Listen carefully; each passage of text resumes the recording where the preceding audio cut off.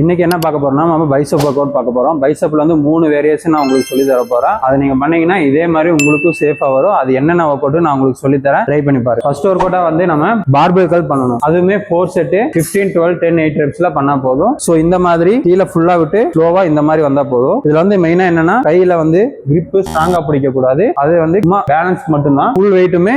Second work அவுட்டா நம்ம வந்து என்ன பார்க்க போறோம்னா தம்பிள் ஆல்டர்னேட்டிவ் கர்ல் தான் பார்க்க போறோம். சோ அதுவுமே பாத்தீங்கன்னா நீங்க 4 செட்டா போடுங்க.